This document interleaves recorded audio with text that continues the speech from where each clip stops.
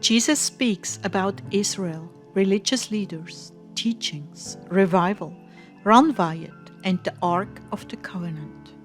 December 14th, 2015. Message from Jesus through Sister Clare, spoken by Jackie. Clare began. The Lord is with us in a marvelous way, Heartdwellers. The past 2 days, I've been utterly captivated by the discoveries of an amateur archeologist. The Lord has chosen the foolish people of the world to confound the wise. His name is Ron Wyatt, Wyatt Archeological Research. I prayed about this, and the Lord confirmed that he was indeed telling the truth. We are to know one another by the Spirit. He claims to have found the Ark of the Covenant beneath the very place the Lord was crucified, and that the earthquake split the rock and the stone covering to the box holding the ark, and his blood stained the crack in the rock and landed directly on the mercy seat, where Jeremiah had hidden the ark before Nebuchadnezzar conquered Jerusalem. I could hardly sleep after I watched Ron Wyatt's research. His whole heart was to prove that the Bible was true. When I came into prayer this morning, one of the first things the Lord spoke was, "All those things you are longing to see, all of them we shall visit together. How would you like that?" I'd absolutely love it. I'm so touched by your interest and discernment. He, Ron Wyatt, was a holy and dedicated man, not a spark of self-interest. He too was under the anvil of correction many times. He humbled himself before me, Clare. He repented for moments of vainglory.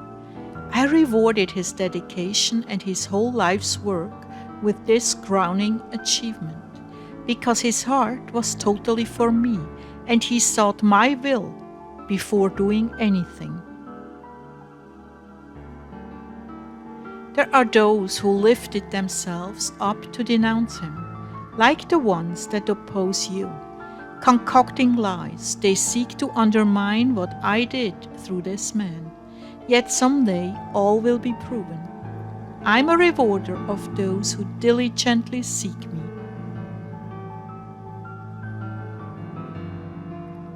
You see how far man has come. Now he can enter into the Holy of Holies and speak with me as Moses did, without fear of instant death. Oh, that was my heart, Clare, to open the veil, that my precious little ones might enter. How I longed to fellowship with my people. They were so remote at those times, but out of necessity, because they had not yet learned the fear of God. But then I came to earth and walked among them, dispelling the terror and revealing my true heart of mercy for them. Yes, I've broken down the wall that divides.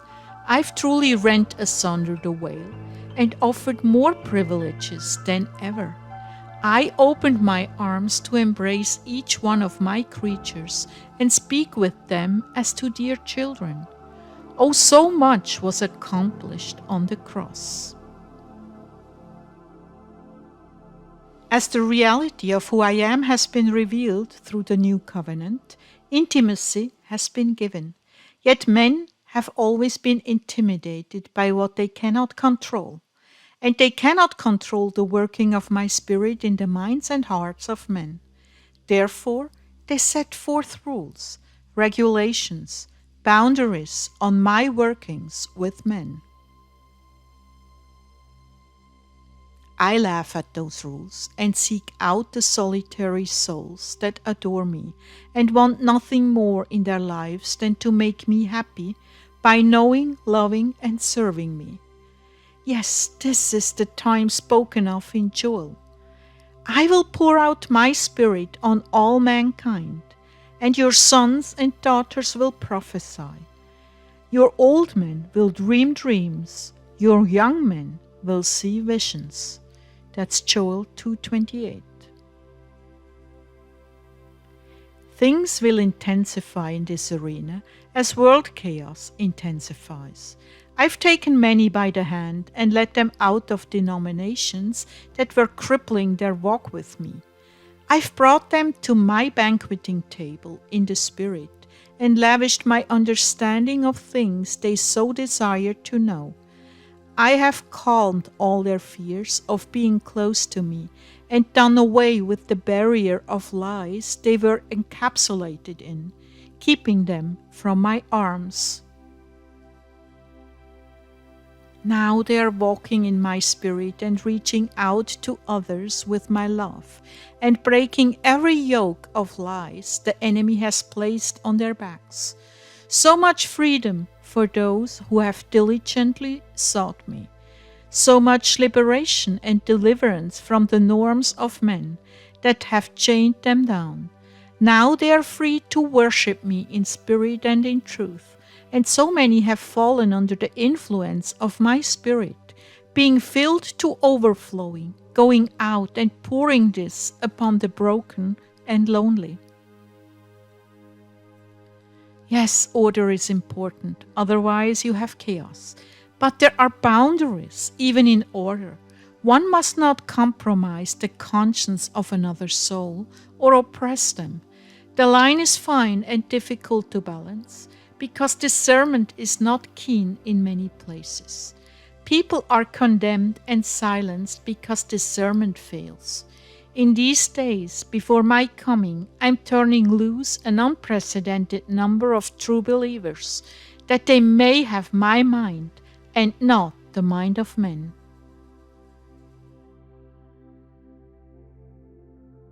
I am making an all-out effort, Clare, to reach people with my authentic love and intimacy, and laying the foundation for the revival that will break forth after you're raptured.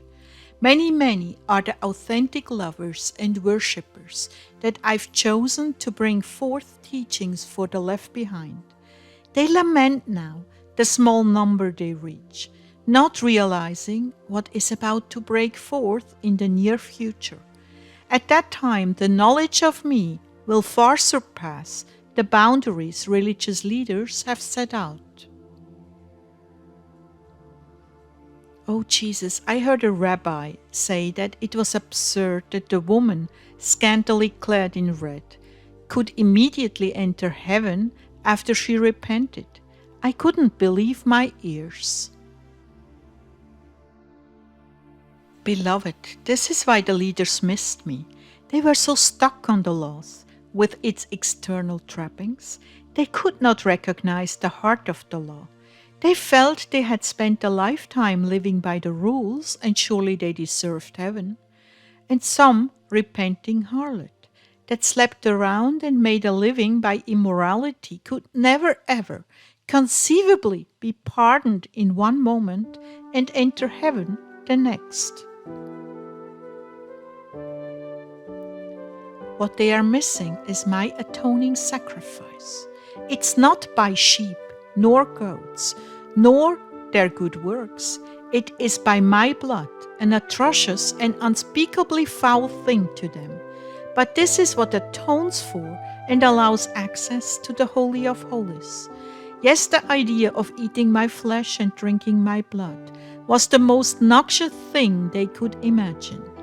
But when the mercy seat is shown with my blood upon it, their confusion will be turned to incredulity. Some will renounce it as a prank. Others will be deeply smitten, falling on their faces in utter brokenness for having slandered all these years. For their blindness and persecution, some will not rise up from that place for days and even weeks. So troubling will this discovery be to them, and so deeply repentant. Yes, my people are stubborn, but once they know the truth, they will be stubborn for truth. And thousands will be martyred, dying happily for my name's sake. I've sent them confirmations because I love them, because some of them have been very diligent. Yes, in the young man, yes, in the highly respected rabbi, who is now with me. Yes, in the Ark of the Covenant. Yes, yes, endless confirmations will I shower upon them. Their minds will be opened, and I will drop my understanding in the place of their blindness and confusion. Oh, how wonderful it will be to see my people repenting and turning around 180 degrees back to me. Oh, how comforting! Glorious indeed will be their genuine contrition when they return to me, and then they will rise up into the teachings I've left behind for them, plus the many new revelations and understandings as they make connections between the old and the new covenants. What a glorious time this will be, the fulfillment of all their dreams. Finally, they will have their Messiah.